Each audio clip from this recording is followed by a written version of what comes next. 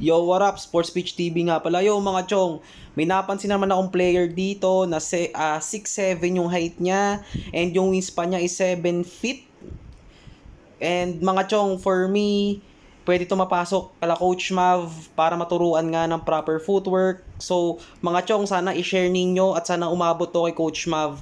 Dahil yung sa post nga ng tito niya, is naghahanap siya ng pwedeng mapasukan or para mahasa yung bata na to for future.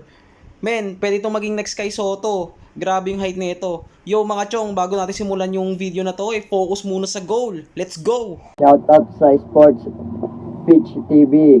Mag-subscribe na kayo sa channel niya. Stay safe.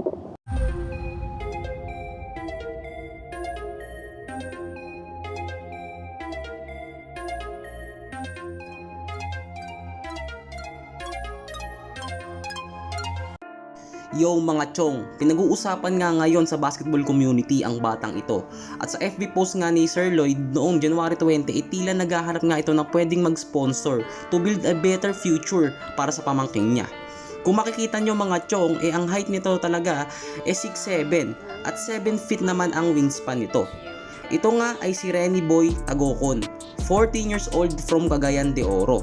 Kitang-kita naman mga chong ang height nito sa ibang bata na kaedad niya. At ayon nga sa present coach nito, pwede pang umabot at may potential pa na maging 7-footer ito. Sa ngayon nga mga chong, ang basketball career nito naglalaro lang ito sa kanyang eskwelahan sa Cagayan de Oro at isa siyang varsity doon.